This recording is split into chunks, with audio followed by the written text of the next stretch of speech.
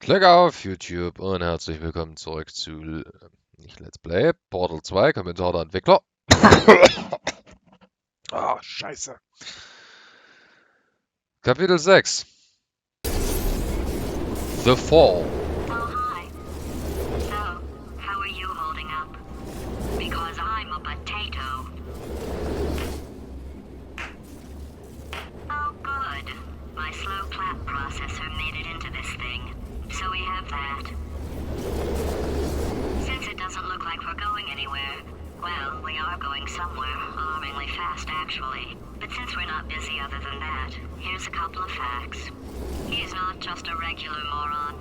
He's the product of the greatest minds of a generation, working together with the express purpose of building the dumbest moron who ever lived. Entschuldigung. And you just put him in charge of the entire facility. Good, that's still working. Hey, just in case this pit isn't actually bottomless, do you think maybe you could unstrap one of those long fall boots of yours and shove me into it? Just remember to land on one foot.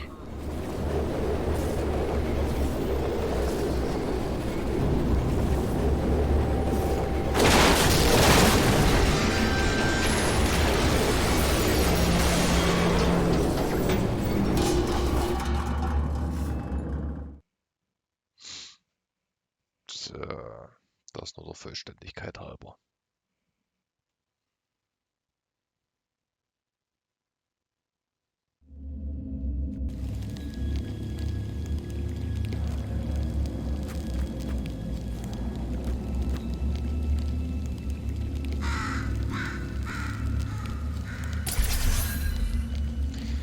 Einen Moment, bin gleich wieder da.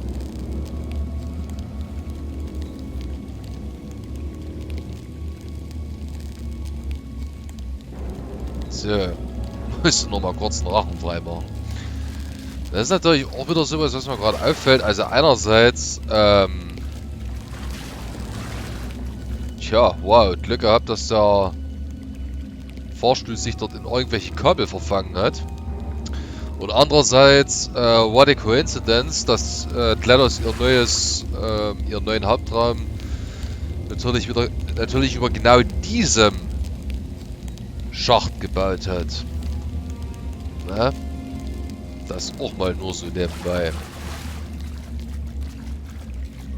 While making Portal 2, we explored our way through vast quantities of reference material. Inspirations included photos of NASA's Apollo and Shuttle programs, CERN's particle accelerators, both modern and obsolete, industrial robots, derelict Soviet space shuttles, overgrown temples, Brussels metro stations, seedy American motels, junkyards filled with rocketry equipment, Chinese apartment blocks under construction, Polish shipyards, neutrino detectors deep underground in nickel mines, corporate headquarters from a variety of eras, commercial nuclear reactors, experimental fusion reactors, rain-sodden book depositories in Detroit, peculiar cameras, forgotten space probes, you name it. Okay. Ich denke, die Gerüste, das haben sie sich von das, was sie gesagt haben, bei den Chinesen, von die Wohnblocks abgeguckt.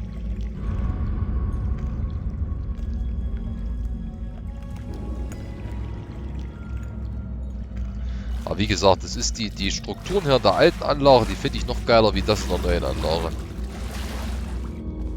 Das ist so dermaßen übertrieben riesig.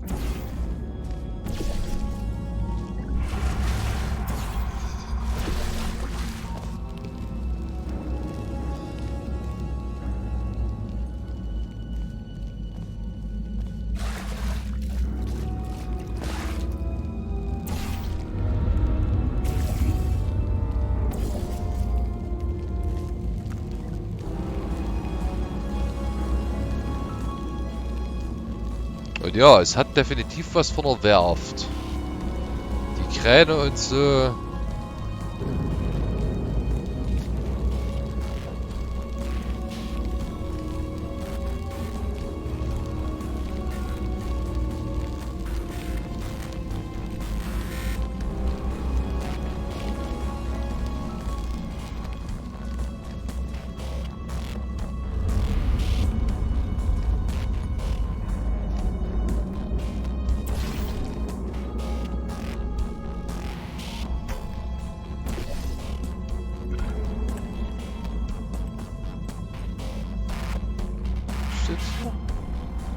Tartarus.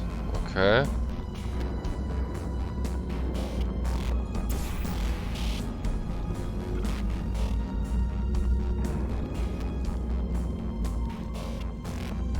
Ist schon jedes Mal wieder geil. Bin ich ganz ehrlich. Oh.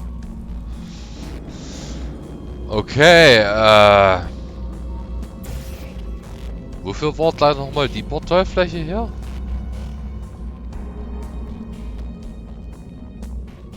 Ah. Alter, das ist so geil. Wie gesagt, die alte Aperture-Anlage, das wäre so ein geiler Lost Place. Ich meine, klar, es wäre von Vorteil, wenn man Longfall Boots hätte. Und eine Portal Gun, wenn man dann hier drin ist. Die haben eindeutig was an der Helligkeit gedreht. Aber ansonsten, das wäre eine richtig geile, ein richtig geiler Lost Place.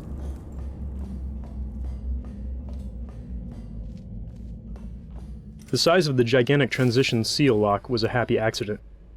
We knew the connection between the old aperture and the new aperture had to be a big set piece. The first model built was about 5 times bigger than everyone expected, but people started to like it. We joked that it should be a bullet point on the Portal 2 box. Features the biggest door in games ever. We decided it would be fun to play with the players' expectations, and put a puny-looking door behind it, along with a few small props. Ja, stimmt das. Ja, das ist wirklich gut, was sie da gemacht haben. Du hast diese riesige Silo-Luke hier und dann hast du diese winzig kleine Tür dahinter.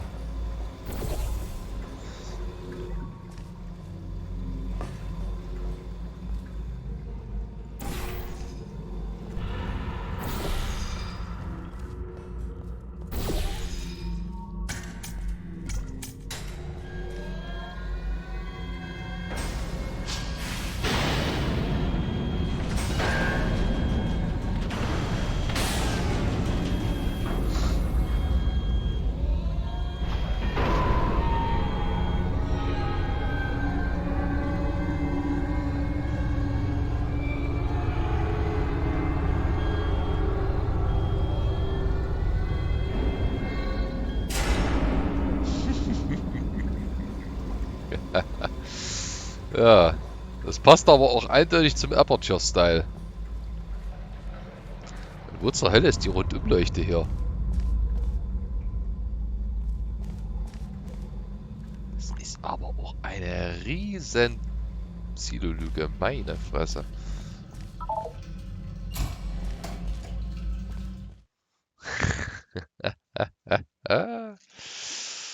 Ja.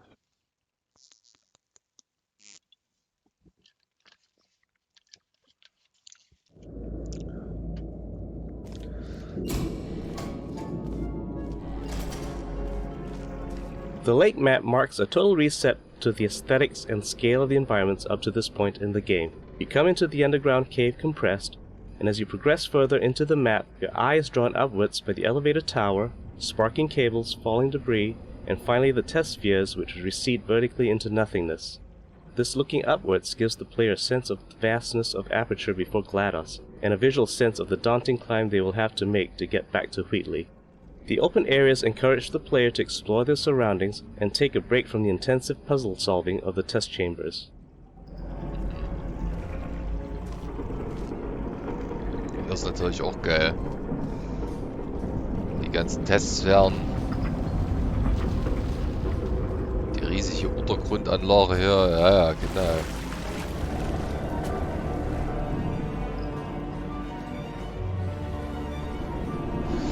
Wenn man bedenkt, ne, hier sind auch noch Testsphären, wie weit es hier eigentlich noch runtergeht. Bevor das hier gewollt oder ungewollt geflutet wurde.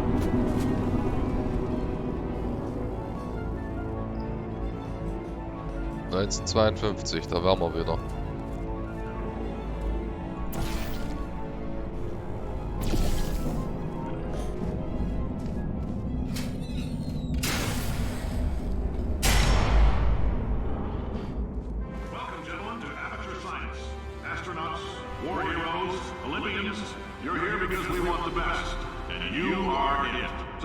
Who is ready to make some science? I am. Now, you already met one another. Ah. A little while over, so let me introduce myself. I'm Cave Johnson. I own the place. That eager voice you heard is the lovely Carolyn, my assistant. Rest assured, she has transferred your honorarium to the charitable organization of your choice. Isn't that right, Carolyn? Yes, sir, Mr. Johnson. She's the backbone of this facility. Pretty as a postcard, too. Sorry, fellas. She's married. To science. There's 1,000 tests performed every day here in our enrichment spheres. I can't personally oversee every one of them, so these pre-recorded messages will cover any questions you might have and respond to any incidents that may occur in the course of your science adventure. Your test assignment will vary depending on the manner in which you have bent the world to your will. Those of you helping us test the repulsion gel today, just follow the blue line on the floor. Those of you who volunteered to be injected with praying mantis DNA, I've got some good news and some bad news. Bad news is we're postponing those tests indefinitely.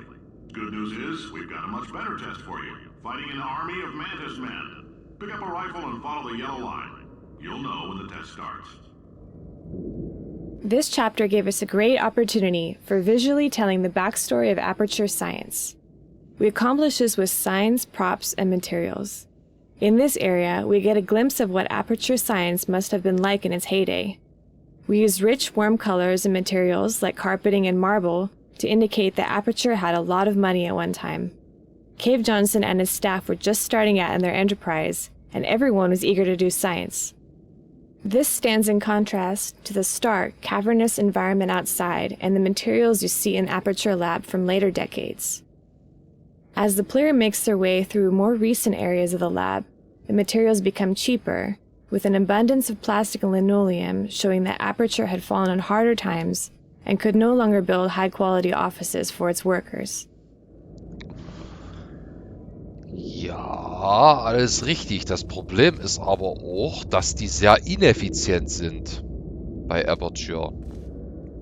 Das soll heißen, die haben immer weiter nach oben gebaut. Das Problem ist aber auch, dass die,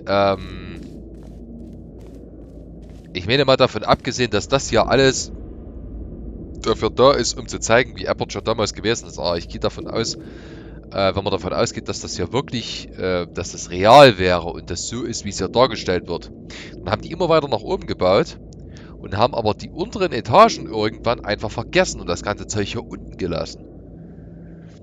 Hätte man hier die Materialien, wenn man sagt, okay, man legt den Komplex hier unten still und räumt alles raus oder nimmt mit, was hier unten nicht unbedingt, sagen wir mal, strukturelle Integrität bedeutet, dann hätten sie auch, sagen wir mal, weiter oben einiges an Geld sparen können, aber naja. Es ist halt Aperture. Da hatten wir uns im Let's Play schon drum gekümmert.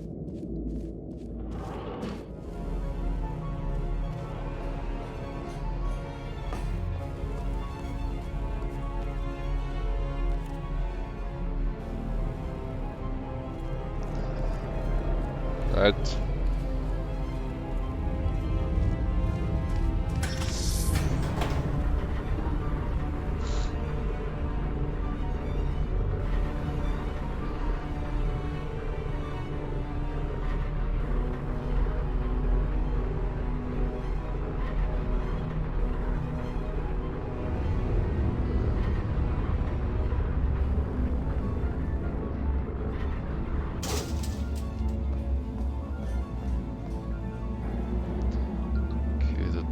Ist nix. First of all. Also, ich setze schon mal die Portale. Allerdings will ich jetzt auch schon mal wissen, wie weit die Treppe hier um den Aufzugsschacht nach unten geht. Weil man kann ja nicht von komplett nach unten bis nach oben laufen. Die muss ja irgendwo aufhören.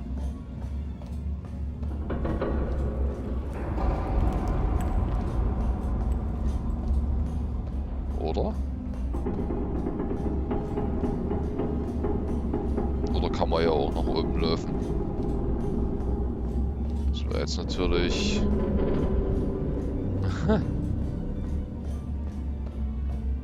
Nicht wirklich, oder?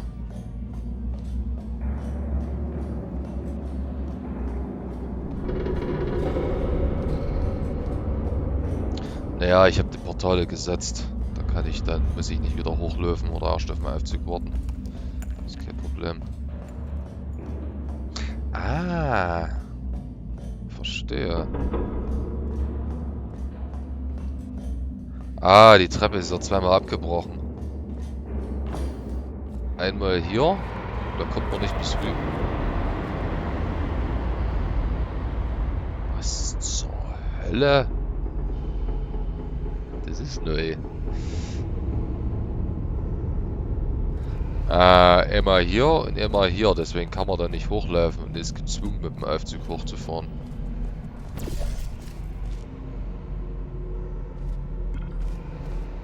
Opa. So. Zack.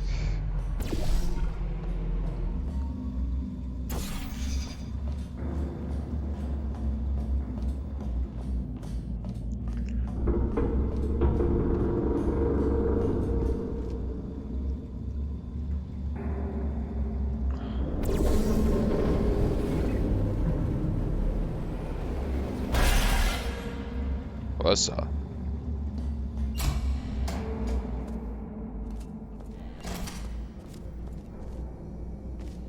Was? Kein Kommentar zur Pumpstation? Ernsthaft?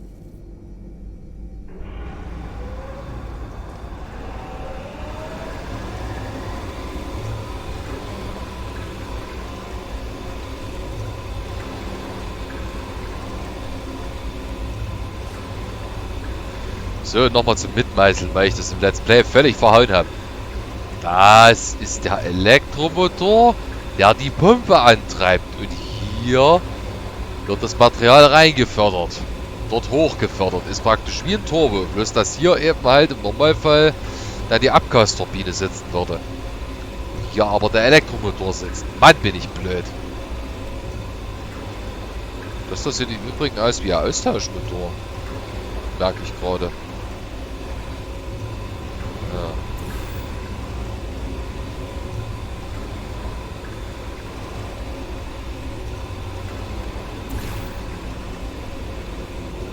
Null. Hat sich jetzt hier irgendwas verändert?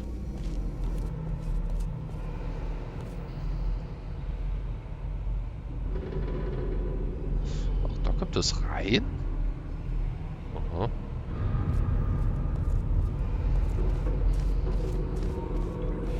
Aber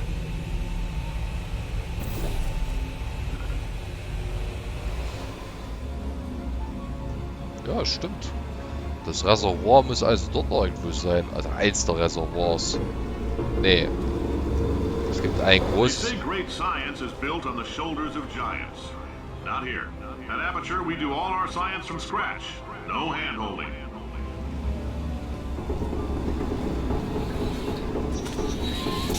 Ich finde die alte Anlage so mega. Da kann ich es mir dann nicht verkneifen, mich jedes Mal wieder umzuschauen. Das ist auch die ganze Lore von Portal 2 oder generell von Portal. Nicht so geil.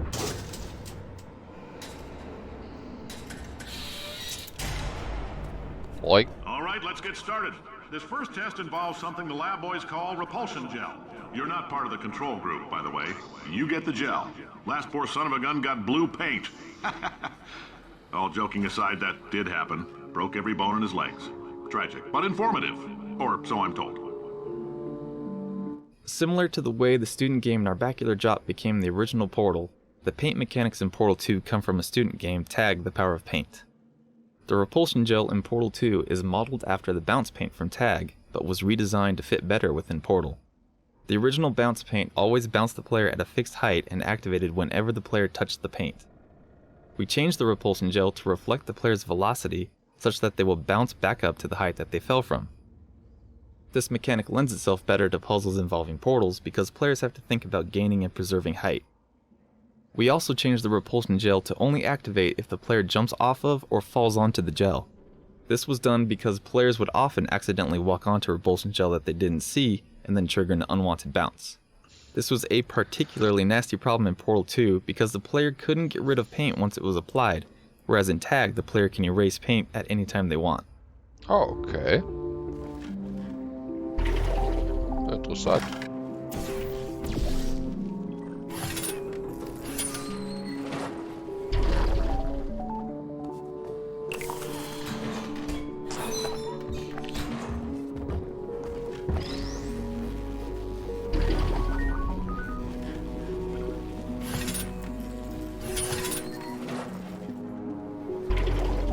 Boys just informed me that I should not have mentioned the control group. They're telling me I ought to stop making these pre-recorded messages. That gave me an idea. Make more pre-recorded messages. I pay the bills here, I can talk about the control group all damn day.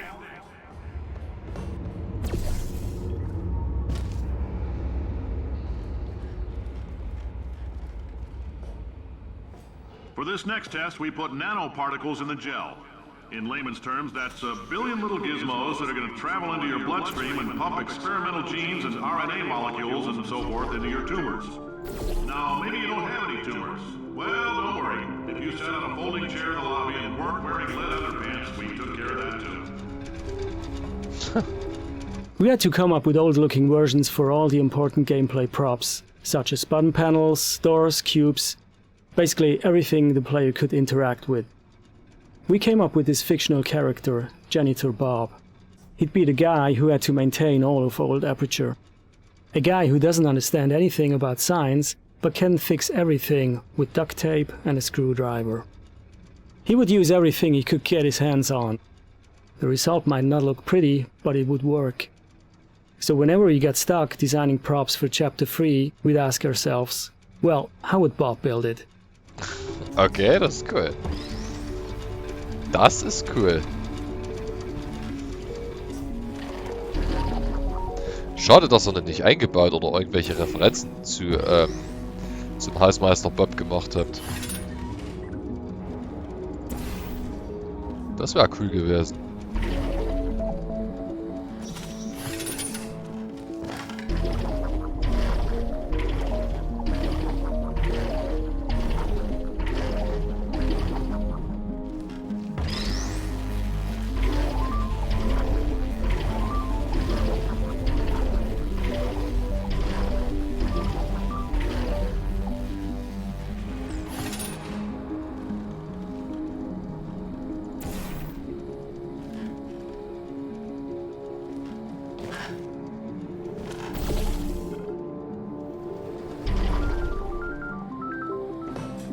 In case you got covered in that repulsion gel, here's some advice the lab boys gave me. Do not get covered in the repulsion gel. We haven't entirely nailed down what element it is yet, but I'll tell you this, it's a lively one, and it does not like the human skeleton.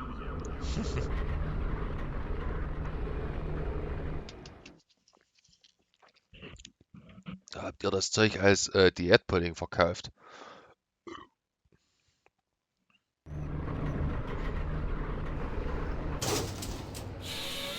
All these science spheres are made of asbestos, by the way. Keeps out the rats. Let us know if you feel a shortness of breath, a persistent dry cough, or your heart stopping, because that's not part of the test. That's asbestos. Good news is the lab boys say the symptoms of asbestos poisoning show a median latency of 44.6 years.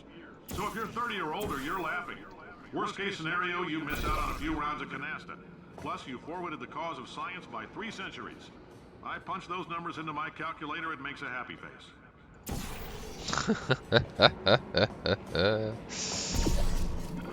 I like your style. You make up your own rules, just like me. Bean Counter said I couldn't fire a man just for being in a wheelchair. Did it anyway. Ramps are expensive. While re-implementing the paint mechanics from our student game Tag the Power of Paint, in the context of Portal 2, the biggest change we made was to exclude the paint gun. In Tag, our paint gun allowed the player to paint the environment freely in an abstract outdoor environment, but in our gameplay experiments, that was very difficult to constrain without contrivance in Portal 2's indoor spaces. It also changed the game's pacing significantly, since being able to run at high speed around a level covering everything in paint is a lot more fast-paced, energetic, and often scattershot than Portal's more cerebral gameplay. Perhaps most importantly, there's a certain elegance in the simplicity of manipulating all the game elements, using only the portal gun. Adding a new gun would inherently add complexity, and force us to start from square one training the player how to use this new tool instead of focusing on the game's namesake. Instead, we decided to use the established mechanism of the delivery tubes, and have players redirect the flow of the paint with their portal guns. This felt like a good compromise.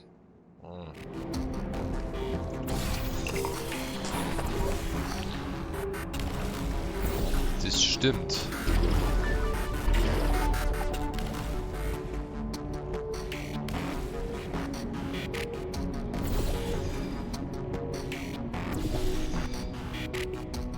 Da dann, ja, noch so ein Werkzeug hast. Blöd. Da müsst ihr auch erstmal wieder dann so eine Art Tutorial-Level machen, dass die Spieler damit zurechtkommen.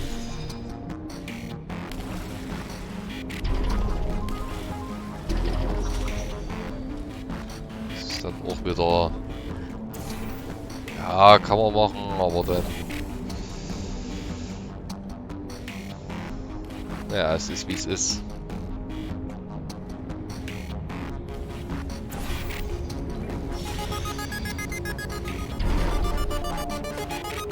Just a heads up, that coffee we gave you earlier had fluorescent calcium in it so we can track the neuronal activity in your brain. There's a slight chance the calcium could harden and vitrify your frontal lobe. Anyway, don't stress yourself thinking about it. I'm serious. Visualizing the scenario while under stress actually triggers the reaction. Sehr schön. Aber ich finde es auch cool, dass sie die Aufzugfahrten automatisch ein Stückchen länger machen, wenn du nicht abwartest, was er zu sagen hat.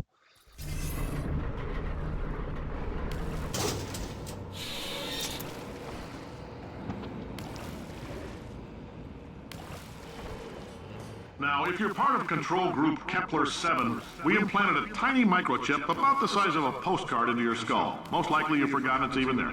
But if it starts vibrating and beeping during this next test, let us know. Because that means it's about to hit 500 degrees, so we're going to need to go ahead and get that out of you pretty fast.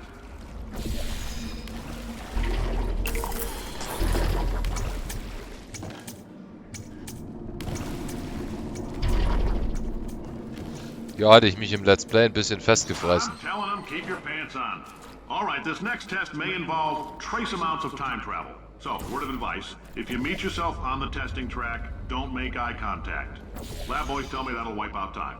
Entirely. Forward and backward. So, do both of yourselves a favor and just let that handsome devil go about his business. Schade, dass die Zeitreise, wobei es gibt irgendwie eine Portal-Mod, die fast, oder die ist glaube ich so eine Art Standalone-Game. Da hast du ein drittes Portal, womit du durch die Zeit reisen kannst. Du kannst zwar nicht festlegen wie, aber du kannst zwischen einer festgelegten, zwischen einem festgelegten Zeitraum kannst du entscheiden, ob du die zerstörte Anlage haben willst oder ob du die neue Anlage brauchst, beziehungsweise die intakte Anlage. What? How? Why? Hä? Warum hat das jetzt nicht geklappt?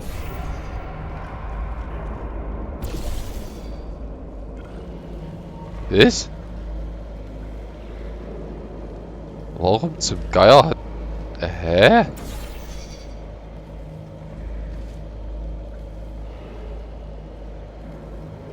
Hä?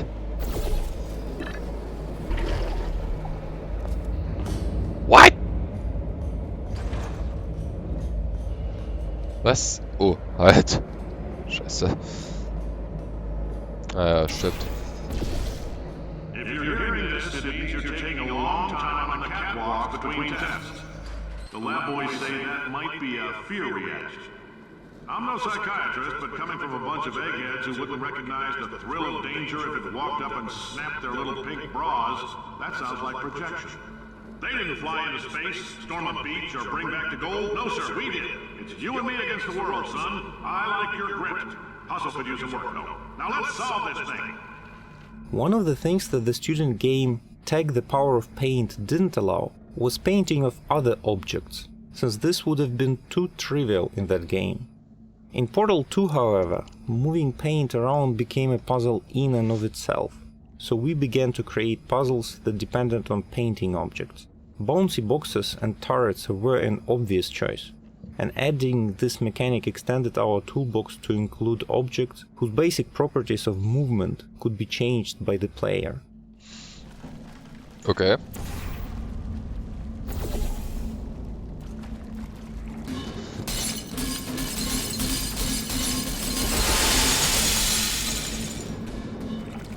Destruction!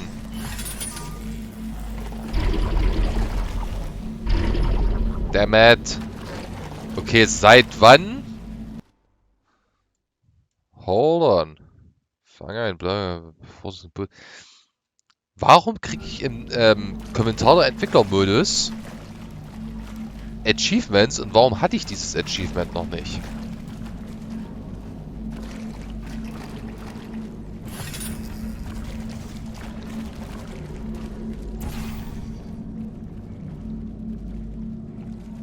Ja, toll.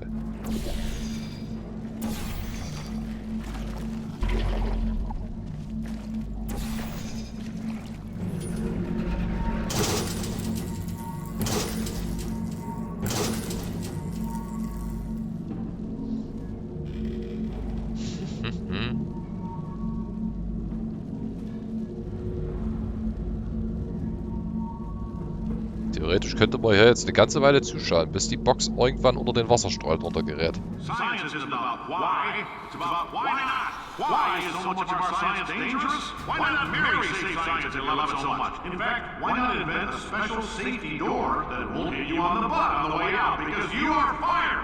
Now you test subject, you're doing fine. Yes, you, box your stuff, out the front door, parking lot, car, goodbye.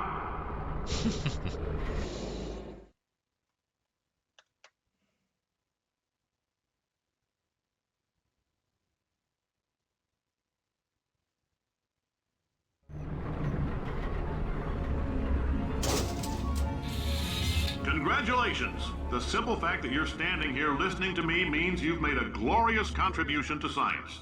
As founder and CEO of Aperture Science, I thank you for your participation and hope we can count on you for another round of tests. We're not going to release this stuff into the wild until it's good and damn ready, so as long as you keep yourself in top physical form, there will always be a limo waiting for you. Say goodbye, Carolyn. Goodbye, Carolyn. She is a gem. The newer and older versions of Aperture show their distinct personalities in sound as well as visuals. The doors, floors, and buttons, as well as soundscapes, reflect the aging, outdated 70s feel.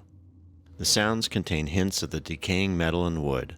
The newer but unstable Wheatley Chamber soundscapes become more foreboding and perilous the further you venture into them. The atmosphere of uncontrolled destruction continues to intensify till the end. Ah ja, hier sah es alles noch schön aus. Es müsste Ende der 50er, vielleicht Anfang, Mitte 60er gewesen. Ach nee, ist tatsächlich... Ja, wobei, wenn man hier ist, heißt es noch lange nicht, dass wenn man damals hier hochgekommen ist, dass es damals wirklich schon 71 gewesen ist. Weil das die Beta Pump Station ist erst für das, was weiter oben ist, gedacht. Also könnte es wahrscheinlich ja, Ende der 60er sein. Das, wenn man hier so lange wie die Anlage in Betrieb war.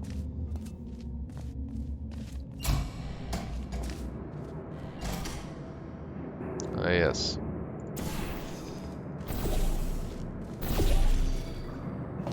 Aber.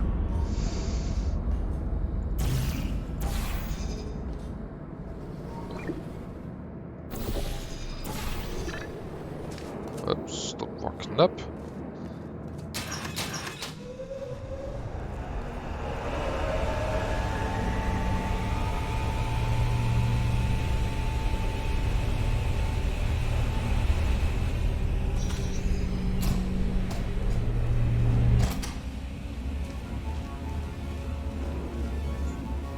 Okay, now I'm convinced.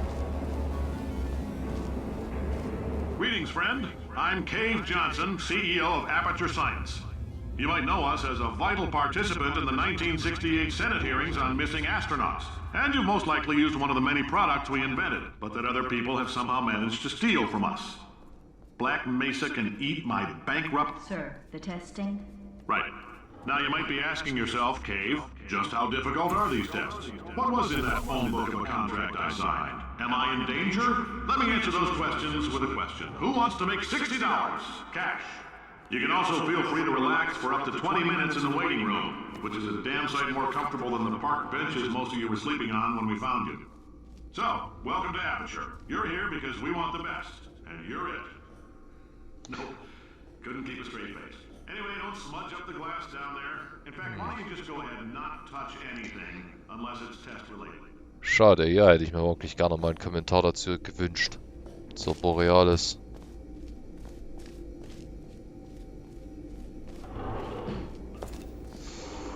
Aber das wird wahrscheinlich hoffentlich irgendwann mit Half-Life 3 aufgeklärt.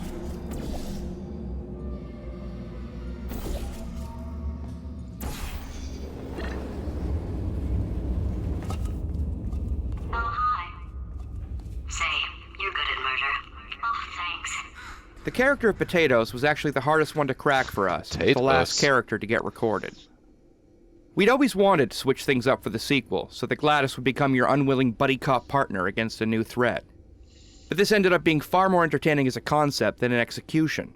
It's one thing to have an omnipotent villain chastising you while you're testing, it's quite another to have a little potato on your gun doing the same. Playtesters wanted to tear her off the gun, and we didn't blame them. So we were faced with the unsettling prospect of making dry, robotic supervillain GLaDOS more human and relatable. This ended up being one of the hardest writing jobs in the game. Okay. You stabbed me. What is wrong with you? Hold on. Do you have a multimeter? Never mind. The gun must be part magnesium. It feels like I'm outputting an extra half a volt. Keep an eye on me. I'm going to do some scheming. Here I go.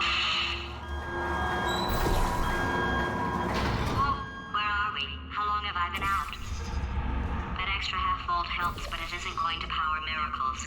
If I think too hard, I'm going to fry this potato before we get a chance to burn up in the atomic fireball that little idiot is. Okay, ihre Sprechsequenzen werden nicht berücksichtigt. In den Aufzugsfahrten. Das Kapitel ist ganz schön lang. Ah, speaking of which.